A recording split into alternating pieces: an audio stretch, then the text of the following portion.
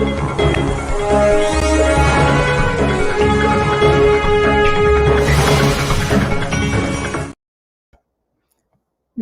दोस्तों, ओजस में आपका स्वागत है। जाने रहस्यमय दुनिया पितृलोक। मैं हूं आपके साथ Bina Gupta, as a founder of Ojas, volunteer of yoga and meditation, a certified trainer and healer in Pran Vidya techniques and associated with Gayatri Parvar Association for more than 2 decades. आज हम अपने प्रोग्राम की शुरुआत करते हैं गायत्री मंत्र से। गायत्री मंत्र हमें बुद्धि देता है, सन्मार्ग देता है, क्योंकि ये जो हम सीख रहे हैं या कोई भी हम ज्ञान प्राप्त कर रहे हैं, तो उसके लिए हमें सबसे पहले बुद्धि की आवश्यकता होती है। अगर बुद्धि है तो हम उस ज्ञान को सही तरीके से अपने अंदर ले सकते हैं। तो आइए एक साथ एक स्वर में परम पिता परमेश्वर, परम पूज्य गुरुदेव व वंदनीय माता जी की सूक्ष्म संरक्षण को महसूस करते हुए एक साथ एक स्वर में गायत्री मंत्र। ओम भूर्भुवः स्वाहा तत्सवितुर्वरेण्यं भर्गो देवस्य धीमहि धियो यो नः प्रचोदयात्। जैसे आज हमारा जो विषय है वो है रहस्यमय दुनिया, जो हमारे पितृलोक है उसके बारे में जानना। तो हमारे पास में बहुत सारे सवाल हैं, हम एक एक करके सभी सवालों को जानने की कोशिश करेंगे, समझेंगे कि क्या है। तो जानते हैं आज जो सबसे पहला सवाल है वो ये हमारा यही है कि जो जीवन के अदृश्य रहस्य हैं वो क्या है। तो जैसा कि हम पितृलोक के बारे में बात कर रहे हैं, तो आज हम उसी रहस्यमय दुनिया के बारे में जानेंगे। पितृदेवता से अलग जो पितर होते हैं, जिनको कहते हैं कि हमारे पितर हैं, वो देवताओं से अलग होते हैं, लेकिन जो हम सामान्य मनुष्य हैं उनसे वो श्रेष्ठ होते हैं। इसलिए जो हमारे पितर हैं उनको श्रद्धा दें, उन पर विश्वास करें और पितरों से मार्गदर्शन, सहयोग और सहायता करने के भी दो ही तरीके हैं, श्रद्धा और विश्वास। जैसे हर एक कार्य के लिए अलग देवता हो, उसी प्रकार जैसे हमारे कहते हैं 33 करोड़ देवता हैं, मतलब 33 प्रकार के देवता हैं या 33 करोड़ के हैं, हम उनको प्रकार भी कह सकते हैं कि उनके मतलब 33 डिपार्टमेंट हमने 33 डिपार्टमेंट्स हमने उनको अलग अलग दे दिए कि हर एक डिपार्टमेंट का एक देवता बना दिया। जैसे हम अभी जो अपने आज कंपनियों में जो काम करते हैं, तो क्या होता है, हर डिपार्टमेंट का एक मैनेजर फिक्स कर देते हैं। तो ठीक इसी तरह से हो सकता है कि प्राचीन समय में हर एक डिपार्टमेंट का एक देवता बना दिया गया हो, उसको देवता नाम दिया है, जैसे आज मैनेजर कहते हैं। उसी प्रकार जो पितर हैं उनके भी कार्य बटे हुए हैं। ऐसा नहीं है कि एक पितर किसी भी कार्य क्षेत्र में जाएगा और वहां इन्वॉल्व हो जाएगा, फिर दूसरे कार्य क्षेत्र में गया, ऐसे तो सारी व्यवस्था गड़बड़ हो जाएगी। तो इसलिए हर पितर का एक कार्य क्षेत्र बटा हुआ है। जैसे कोई पितर होता है वो कि प्रत्यक्ष मार्गदर्शन करता है कि वो हमारा मार्गदर्शन करेगा कि आप इस काम को ऐसे नहीं ऐसे कर लीजिए। कोई गुड़ संकेत देता है, कोई दिव्य प्रेरणाएं प्रदान करता है, तो कोई आसम के जो सहायता है, जैसे किसी परेशानी में आप फंस गए हैं और अननोन पर्सन हमें आके बोल देता है कि आप इस काम को ऐसे कर लीजिए या यहाँ से चले जाइए, कोई रास्ता दिखा देता है। आकस्मिक जो हमें सहायता मिलती है उस तरह की वो सहायता देते हैं। इस तरह से उनके हर पितृ के अपने कार्य बटे हुए हैं। जो बहुत ज्यादा दृढ़ संकल्प वाली आत्माएं होती हैं, वो क्या होती है कि अपने जीवात्मा का एक अंश लेकर, तो वो मतलब बाकी जैसे कहते हैं ना कि 1 रुपया है, उसके 100 सिक्के हो गए हमारे एक पैसे के, तो वो क्या कहती है, एक अंश लेकर बाकी 99 अपनी जगह काम कर रहे हैं, लेकिन वो एक अंश दूसरी जगह चला गया है। तो एक अंश लेके वो अन्य जन्म लेने के बाद में भी अपनी सत्ता को बनाए रखते हैं और पितरों के रूप में अपना परिचय देते रहते हैं। ऐसा नहीं है कि उनका पूर्ण, कहते हैं हमारे तो पुराण जन्म का विश्वास है भारतीय संस्कृति में कि हम यहाँ से जाने के बाद में अपना दूसरा जन्म लेते हैं, तो वो अपना दूसरा जन्म लेती रहती हैं, लेकिन अपनी जीवात्मा का एक अंश लेके वो पितरों के रूप में भी हमें अपना दिखाई दे मतलब परिचय देती हैं, वो हमारी सहायता करती हैं। तो जीवधारी मनुष्य के लिए वह हजारों वर्षों तक अपना परिचय देते रहते हैं। मतलब जैसे एक कुल में हम कहते हैं कि हमारे पितर हैं। अब देखिए पीढ़ी दर पीढ़ी निकल जाती है, लेकिन हम उन पितरों को पूछते रहते हैं, क्योंकि वो अपने हजारों वर्षों तक भी उनकी कोई सीमा नहीं है आयु की। वैसे तो हमारे यहाँ मनुष्य भी प्राचीन समय में हजारों वर्षों तक जिंदा रहते थे, तो इसलिए पितरों की भी आयु की कोई सीमा नहीं है। परंतु जो उनका लोक है, उनके हिसाब से वो जैसे 1 दिन होगा, 1 पल होगा या 1 महीना होगा, लेकिन वो जो पृथ्वी लोक पर जो हम मनुष्यवासी हैं, उनके लिए वो हजारों वर्षों के रूप में हो जाता है। तो इसलिए हम ये नहीं कह सकते कि वो हजारों वर्ष हमारे हिसाब से ज़िंदा हैं, अपना परिचय दे रहे हैं, अपने उस रूप में हैं, या वो अपने समय के हिसाब से हैं। जैसे एक कहानी बताती हूँ, राजा पद्म की जो पत्नी थी, लीला, वो राजा को बहुत प्यार करती थी। राजा की मृत्यु की बात सोचकर वो डर जाती थी। उसने माँ सरस्वती जी की उपासना करी और वरदान प्राप्त किया कि राजा मृत्यु के बाद में भी मेरे साथ में ही इसी महल में रहेंगे। राजा की मृत्यु हो गई। तब लीला ने माँ सरस्वती का ध्यान किया, तो माँ सरस्वती जी ने कहा कि राजा की चेतना यहीं पर है, लेकिन जिस जिस सृष्टि में है, उसमें भावनात्मक रूप से तुम्हें भी जाना पड़ेगा उनसे मिलने के लिए। तब लीला ने अपनी भाव दृष्टि में गई और देखा कि जो राजा थे पद्म, वो 16 वर्ष के होकर किसी बड़े साम्राज्य के ऊपर राज्य कर रहे हैं। तो उन्हें बहुत आश्चर्य हुआ। तब माँ सरस्वती जी ने समझाया कि जैसे केले के तने के अंदर एक के एक अनेक परतें होती हैं, या आप कह लीजिए जैसे प्याज के ऊपर एक छिलके के ऊपर अनेक छिलके छिलका, मतलब एक एक आप लेयर पे बाय लेयर हटाते चलेंगे और निकलते चलेंगे। केले के तने के ऊपर भी ऐसे ही होता है, लेयर बाय लेयर आप उतारते चलेंगे तो उसके अंदर रहते हैं। तो उसी प्रकार ये जो एक सृष्टि के अंदर अनेकों सृष्टियां होती हैं, और उनके अनंत परमाणुओं के अंदर अनंत जीव और उनका जगत होता है। देखिए इस सृष्टि को इतनी आसान नहीं है समझना, लेकिन हम कोशिश करते हैं अपनी सरल भाषा में इसको समझने की। और माँ सरस्वती जी लीला को पल भर में ही अनेकों सृष्टियों को दिखा दिया, जिससे लीला भी उस रहस्यमय दुनिया को देखकर आश्चर्यचकित हो गई, और उन्हें मानना पड़ा कि मतलब ये एक ही लोक नहीं है, अनेकों लोक हैं। तो ऐसा नहीं है कि जो आया है वो कहीं और कहीं चला गया, वो किसी ना किसी लोक में यहीं बना हुआ है, हमारे आसपास ही है, और वो अपना परिचय भी हमें देता रहता है। तो इस प्रकार ये जो रहस्यमय दुनिया है, बहुत रहस्यमय है, और इसका जो जीवन है उसको समझने के लिए शायद हमारा एक जन्म कम होगा। दूसरा सवाल जैसे पितरों के लिए हमारे दर्शकों ने पूछा है कि क्या पितरों के से जब संपर्क होता है तो उनसे हमें लाभ मिलता है? जब जैसे वो परिचय दे रहे हैं तो क्या हमें लाभ होगा? देखिए योग वशिष्ठ के अनुसार आत्मा न कभी जन्म लेती है और न मरती है। भ्रम के वशी हमें भ्रम होता है, वो स्वप्न किसी स्थिति में का अनुभव करता है कि हम मर गए हैं या हम जिंदा हैं। क्योंकि हम जीवन है हमारा, ये भी हमारा एक स्वप्न है, क्योंकि कल अगले पल क्या होगा हमें भी नहीं पता। वो स्वप्न जैसा हो जाएगा कि हम जीवित भी थे, हम भूल जाएंगे। तो मनोविज्ञान शास्त्री फ्रेडरिक मायर्स के अनुसार लिमिनल सेल्फ में रहस्यों को जानने की क्षमता होती है। जो हमारे सेल्स है उनमें जो लिमिनल सेल है उसमें ये जो हमारे जितनी भी रहस्यमय दुनिया का हो या इस सृष्टि का हो, उन सबको जानने का क्षमता होती है।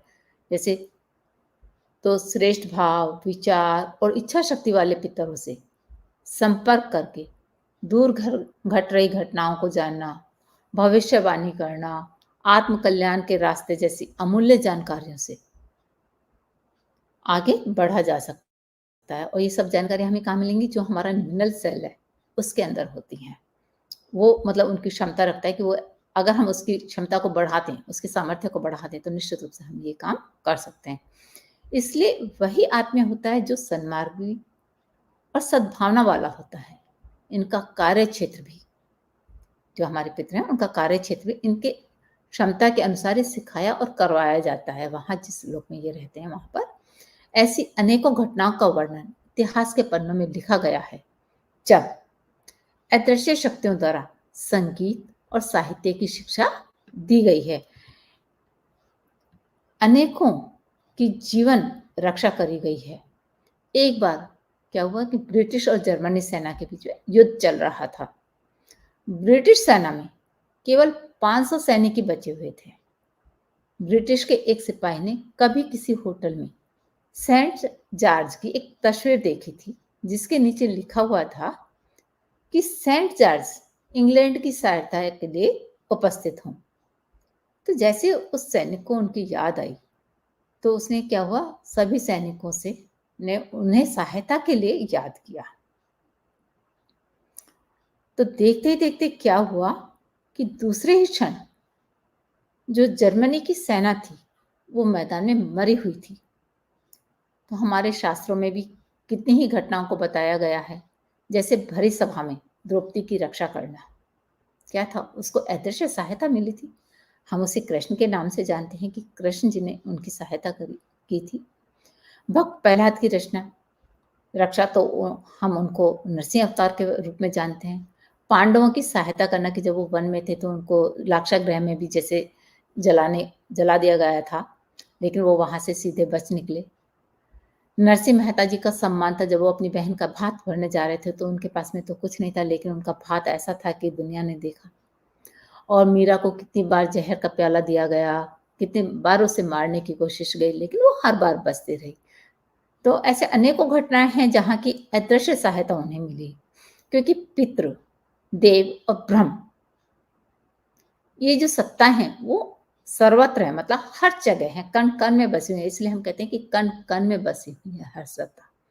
यही कारण है कि कहा जाता है कि मारने वाले से बचाने वाला बड़ा होता है। कि चाहे कोई कितना भी कोशिश कर ले, लेकिन अगर हमारे पास में हमारी अदृश्य शक्तियां हैं हमारे बचाने के लिए, जिन्हें कि हम आज पितरों के नाम से जान रहे हैं, तो अगर वो भी हैं हमारे साथ में, तो निश्चित रूप से हमें लाभ मिलता है और वो हमें हर घटना से बचाती हुई चलती हैं, हमें सेव करती हैं, सहायता करती हैं हमारी। दर्शकों का अगला सवाल है कि हम कैसे प्राप्त कर सकते हैं अपने पितरों से सहायता। देखिए, ये जो मनुष्य का शरीर है वो चेतना है, जो वो शक्ति और पदार्थ से मिलकर बनी है। शक्ति है और पदार्थ है, उन दोनों को जब मिलाया गया तो ये है जो हमारा चेतना शरीर है वो बना। ठीक उसी प्रकार जो ये ब्रह्मांड है वो भी, उसकी भी जो चेतना है वो शक्ति और पदार्थ के मिलने से ही बनी है। इसलिए पिंड मतलब ये शरीर और ब्रह्मांड में आपस में लेन देन चलता रहता है। पिंड है जो ब्रह्मांड से लेता है और ब्रह्मांड है जो पिंड से लेता है। इनमें आपस में लेन देन चलता रहता है। जैसे हम ये समझ सकते हैं कि सांस हमारी है, हम सांस को लेते भी हैं और छोड़ते भी हैं, लेते भी हैं छोड़ते भी हैं। अगर सांस को लेना ही लेना शुरू कर दें तो देखिए क्या होगा, हमारा 1 मिनट के अंदर दम घुटने लगेगा और हम छोड़ते ही रहें छोड़ते रहें छोड़ते रहें तो हमें चक्कर आने लग जाएंगे। तो लेना और देना ये बराबर एक तरह से हम कह सकते हैं कि प्रकृति का नियम है। तो पृथ्वी पर जो रहने वाले जीवधारी हैं उनके लिए जिस प्रकार की भी आवश्यकता होती है वो इस ब्रह्मांड के अदृश्य जगत में रहती है और लगातार वहां से मिलती रहती है। परंतु अज्ञानता के कारण मनुष्य उस अदृश्य शक्ति को महसूस नहीं करता है। और फिर जब उस अदृश्य शक्ति को हम महसूस ही नहीं करेंगे तो हम पूरी तरह से उस शक्ति को ले भी नहीं पाते हैं। तो इसलिए मनुष्य लेता भी नहीं है। महर्षि अरविंद ने लिखा है कि जब वे जेल में बंद थे तब उन्होंने विवेकानंद, रामकृष्ण परमहंस की आत्मा ने उनका मार्गदर्शन किया था। इसलिए मृत्यु जीवन का अंत नहीं है। यह तो ऐसा ही है जैसे पानी से भाप और भाप से बादल, फिर पानी बन जाना, क्योंकि बादल पानी के रूप में बसते हैं तो पानी बन जाता है। इसलिए ऐसी उच्च आत्माएं उसी के संपर्क में आती हैं जो शुद्ध हृदय, पवित्र मन और सात्विक वृत्ति वाले होते हैं। क्योंकि प्राणी 2 प्रकार के होते हैं, शरीरधारी और अशरीरधारी। मतलब एक तो ये शरीर जो कि हमें दिख रहा है और दूसरा अदृश्य शरीर जो कि हमें दिखाई नहीं देता, जिसे हम सूक्ष्म शरीर भी कह सकते हैं, एनर्जी बॉडी भी कह सकते हैं।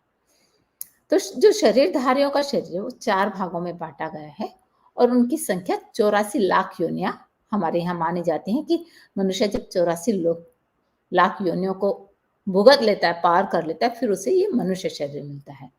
इसी प्रकार जो अशरीरी हैं, जो कि सूक्ष्म शरीर से अपनी सत्ता में बने हुए हैं, उनकी संख्या 33 कोटि मतलब 33 प्रकार की, या स्तरीय वर्ग कहो या करोड़ कहो। क्योंकि हमारे यहाँ कोटि का शब्द मतलब स्तर, वर्ग, प्रकार और करोड़, तो उन्हें हम किसी भी उसमें मान सकते हैं, मानी जाती है। सृष्टि के प्रारंभ में ब्रह्मा जी एक थे। जब उन्होंने सबको एक से अनेक करने की सोची, तब जो हमें ये प्रकृति जो आज दिखाई दे रही है, वो सब होता गया और सब हो भी रहा है, प्रकृति में सब कुछ घट रहा है। और यही कारण है कि वह चेतना जो है वो जड़ और चेतन सभी में है। जब इनके लिए हम श्रद्धा भाव रखते हैं तो ये सहयोग और सहायता करते हैं। और यही कारण है कि हिंदू धर्म में सूर्य, चंद्रमा से लेकर नदी, तालाब या मरघट हो या तलवार, कलम हो या घड़ा, रुपया, पैसा, देखिए यहाँ तक कि हमारे यहाँ नाली, घूरे, वृक्ष, वनस्पति, कुछ भी हो, पशु पक्षी हो, उनको समय समय पर पूजा जाता है, मतलब उनका मान सम्मान किया जाता है। उनका जो एग्जिस्टेंस है, उनकी जो चेतना है, उसको महसूस किया जाता है, उनके प्रति श्रद्धा भाव को बढ़ाया जाता है। तो इसलिए जब हम अपने पितरों को श्रद्धा देते हैं, विश्वास करते हैं उनके पर, तो निश्चित से वो जो पितर हैं वो भी हमारी सहायता करते हैं।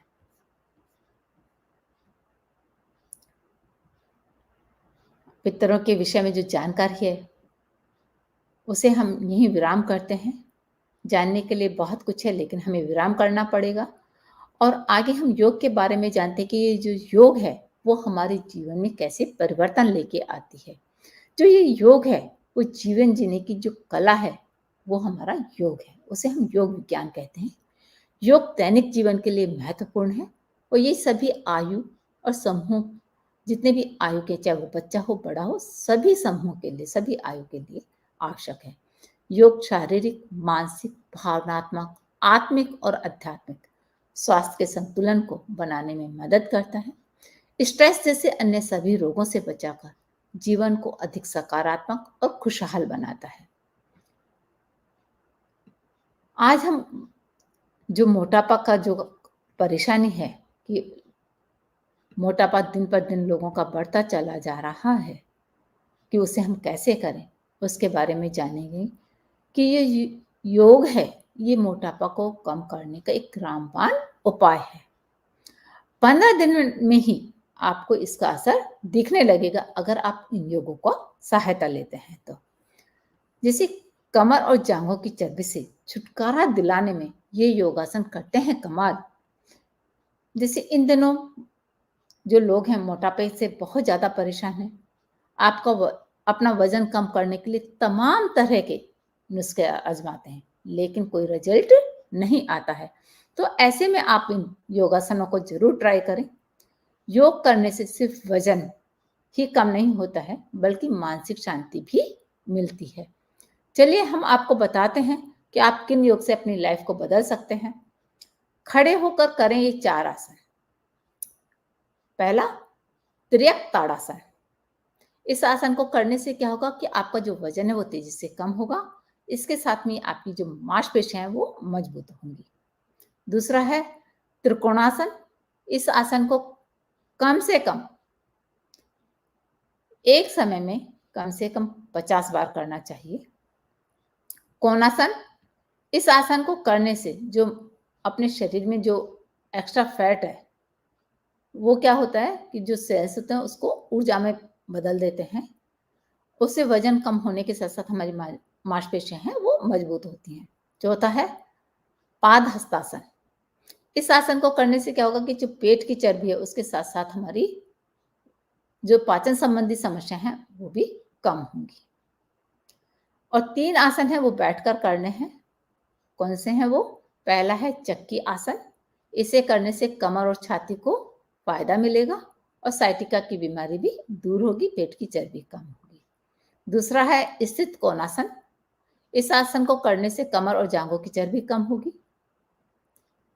तीसरा है पश्चिमोत्तासन। इसे करने से बेली फैट को कम होगा।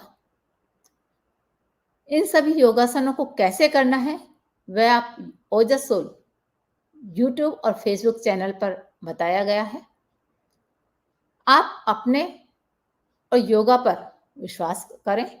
सकारात्मक सोच, सही मानसिक दशा और दृष्टिकोण ही आपको योग से मिलने वाले सभी फायदे देता है। चाहे बच्चे हों या बड़े, योग को अपने दैनिक जीवन में शामिल करना चाहिए। ऐसे में आप ओजस का सहारा लेकर योग को सुरक्षित और बेहतर तरीके से कर सकते हैं, क्योंकि योग में सावधानियां बेहद हैं जरूरी। अधिक जानकारी के लिए हमारे YouTube और Facebook चैनल पर सब्सक्राइब करें। इसे लाइक एंड कमेंट करने के साथ साथ अपने दोस्तों को शेयर करें। आप नीचे दिए कॉन्टैक्ट नंबर पर संपर्क कर सकते हैं, ईमेल पर मेल कर सकते हैं। हम फिर मिलेंगे दूसरे टॉपिक के साथ। तब तक के लिए आप हमें दीजिए इजाजत। नमस्ते, धन्यवाद।